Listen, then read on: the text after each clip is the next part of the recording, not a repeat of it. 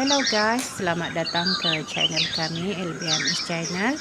Terima kasih kepada rakan-rakan yang hadir support channel kami. Semoga dimurahkan rezeki dan salam sukses buat semua ya.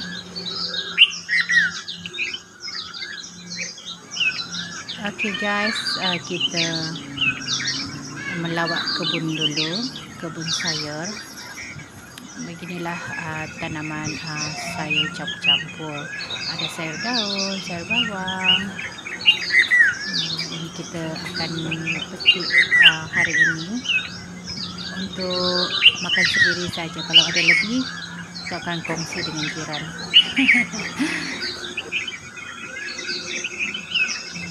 Daun sayur ni kurang cantik sebab dia kena makan dengan serangga ulat daun.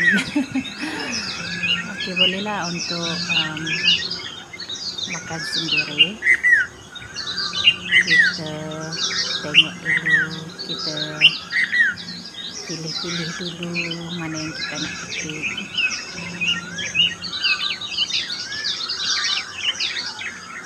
Okey, terima kasih yang telah menonton. Kita jumpa di video seterusnya ya. Terima kasih. Bye.